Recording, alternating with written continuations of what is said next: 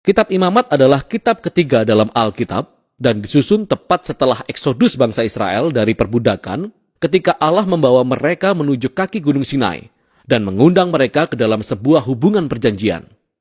Nah, dengan cepat mereka memberontak dan melanggar perjanjian itu. Dan Allah menghendaki kehadirannya yang mulia datang dan tinggal di tengah-tengah bangsa Israel dalam bentuk kemah suci. Namun dosa-dosa bangsa Israel merusak hubungan itu. Sehingga, di akhir kitab sebelumnya, yaitu Keluaran, Musa sebagai wakil bangsa Israel bahkan tidak bisa memasuki hadirat Allah di dalam kemah. Kitab Imamat diawali dengan mengingatkan kita akan masalah yang mendasar ini. Dikatakan bahwa Allah memanggil Musa dari dalam kemah. Jadi pertanyaannya adalah, bagaimana bisa bangsa Israel dalam keadaannya yang penuh dosa dan keegoisannya diperdamaikan dengan Allah yang kudus ini? Itulah isi dari kitab ini. Bagaimana Allah dengan penuh anugerah menyediakan jalan bagi semua orang berdosa dan bejat untuk tinggal dalam hadiratnya yang kudus. Nah, mari kita berhenti sejenak dan menyelidiki konsep penting ini bahwa Allah itu kudus. Hal ini sangat penting untuk memahami kitab ini. Kata kudus berarti dipisahkan atau unik. Dan dalam Alkitab, Allah terpisah dari segala sesuatu karena perannya yang unik sebagai pencipta segalanya, penulis kehidupan itu sendiri. Jadi, jika Allah itu kudus, ruang di sekitar Allah pun kudus, penuh dengan kebaikannya, kehidupan, kemurnian, dan keadilannya. Jadi jika bangsa Israel yang lalim dan berdosa ingin tinggal dalam hadirat Allah yang kudus, mereka pun perlu menjadi kudus. Dosa mereka harus diselesaikan. Itulah isi kitab Imamat. Nah, kitab ini memiliki desain simetris yang luar biasa. Kitab ini menggali 3 cara utama yang Allah lakukan bagi bangsa Israel untuk hidup dalam hadiratnya. Bagian luar adalah penjelasan upacara ritual yang harus dilaksanakan bangsa Israel dalam hadirat Allah yang kudus. Bagian berikutnya berfokus pada peran para imam Israel sebagai mediator antara Allah dan bangsa Israel. Dan di dalamnya terdapat 2 bagian yang serupa yang berfokus pada kemurnian bangsa Israel. Dan tepat bagian tengah kitab ada sebuah ritual kunci, yaitu hari pendamaian yang menyatukan seluruh kitab ini. Kitab ini ditutup dengan sebuah bagian pendek di mana Musa mengajak bangsa Israel untuk tetap setia pada perjanjian ini. Nah, mari kita menelusuri kitab ini.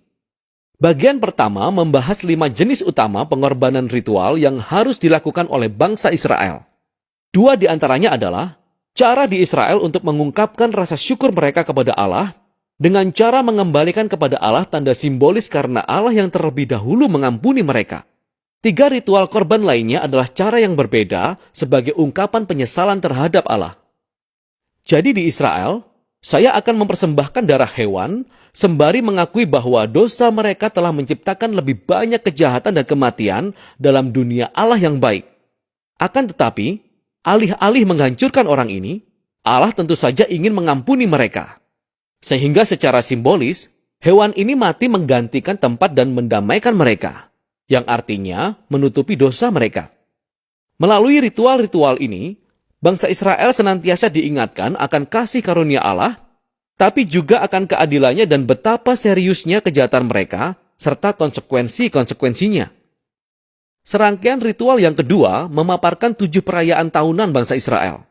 Dan setiap perayaan tersebut menceritakan kembali sebagian berbeda dari kisah tentang bagaimana Allah menebus mereka dari perbudakan di Mesir dan membawa mereka melalui padang gurun dalam perjalanan menuju ke tanah perjanjian.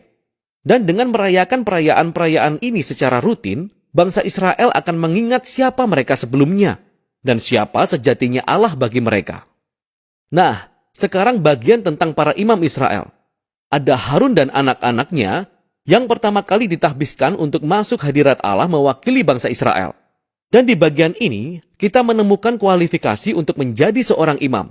Para imam dituntut untuk memiliki level integritas moral tertinggi dan melakukan ritual pengudusan karena mereka mewakili umat Israel di hadapan Allah. Juga mewakili Allah bagi manusia. Sekarang kita paham mengapa kekudusan para imam itu sangat penting.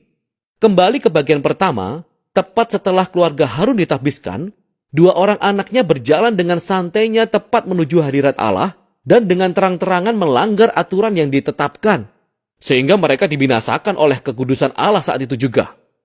Ini adalah sebuah pengingat yang menakutkan dari paradoks hidup dalam hadirat Allah yang kudus, karena ini adalah kebaikan yang murni, tapi menjadi berbahaya bagi mereka yang memberontak dan menghina kekudusan Allah. Karena itu sangat penting bahwa para imam Israel menjadi kudus, dan semua orang Israel juga menjadi kudus. Inilah yang akan dibahas pada bagian berikutnya. Pasal 11-15 adalah tentang ritual kemurnian yang dituntut dari semua umat Israel. Dan pasal 18-20 tentang kemurnian moral bangsa Israel. Inilah yang ada di balik semua bahasa kemurnian dan kenajisan. Karena Allah adalah kudus dan Dia terpisah, maka umat Israel sendiri perlu berada dalam keadaan kudus. Ketika mereka masuk ke dalam hadirat-Nya, inilah yang disebut menjadi bersih atau murni. Hadirat Allah tidak bisa dijangkau oleh siapa saja yang tidak dalam keadaan kudus. Dan inilah yang disebut menjadi tidak bersih atau cemar. Di Israel, kita bisa menjadi najis hanya dengan beberapa cara. Melalui kontak dengan cairan tubuh, terkena penyakit kulit, dengan menyentuh jamur, atau menyentuh bangkai. Nah, bagi umat Israel, ini semua berkaitan dengan kematian, kehilangan nyawa, yang membawa kita pada simbol inti dari semua konsep ini. Kita menjadi najis ketika kita terkontaminasi dengan menyentuh kematian. Bisa dikatakan demikian. Dan kematian bertolak belakang dengan kekudusan Allah. Karena esensi Allah adalah kehidupan. Inilah kunci sesungguhnya. Sekedar menjadi najis tidaklah berdosa atau salah. Menyentuh hal-hal tersebut adalah bagian yang normal dalam kehidupan sehari-hari. Dan kecemaran adalah keadaan sementara. Ini hanya berlangsung seminggu atau 2 minggu kemudian selesai. Apa yang salah atau berdosa adalah masuk ke dalam hadirat Allah dengan santai, sambil membawa simbol-simbol kematian dan kecemaran ini dalam diri kita. Jadi jangan lakukan itu. Cara terakhir untuk menjadi najis adalah dengan makan hewan-hewan tertentu. Dan perintah makanan halal ada tepat di bagian ini.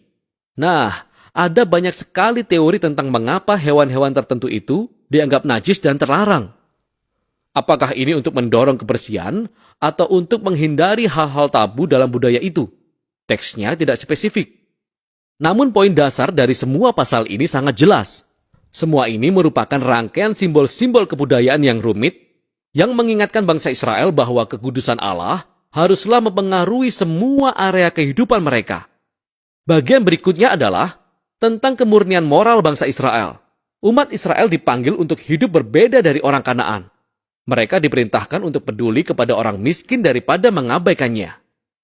Mereka harus memiliki level integritas seksual tinggi dan menggalakkan keadilan di seluruh negeri.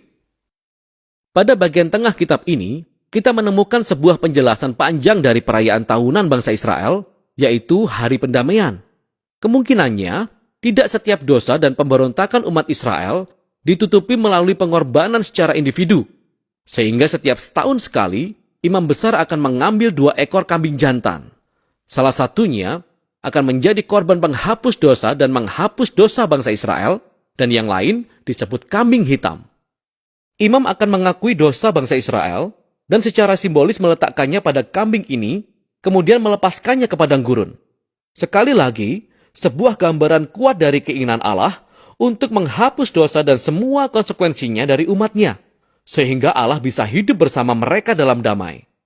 Kitab ini ditutup dengan Musa memanggil bangsa Israel untuk tetap setia kepada semua syarat perjanjian, dan dia menjelaskan berkat dari kedamaian dan semua kelimpahan yang diperoleh jika bangsa Israel menaati semua perintah ini.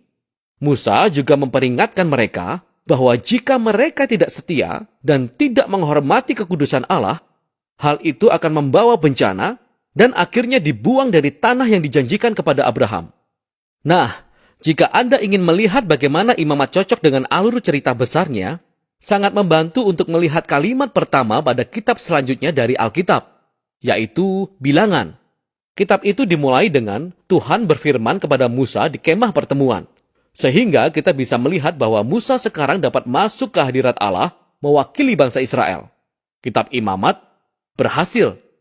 Jadi meskipun Israel gagal, Allah telah menyediakan sebuah cara untuk menutupi dosa mereka, sehingga Allah dapat tinggal bersama orang-orang berdosa dalam damai. Dan inilah isi kitab Imamat.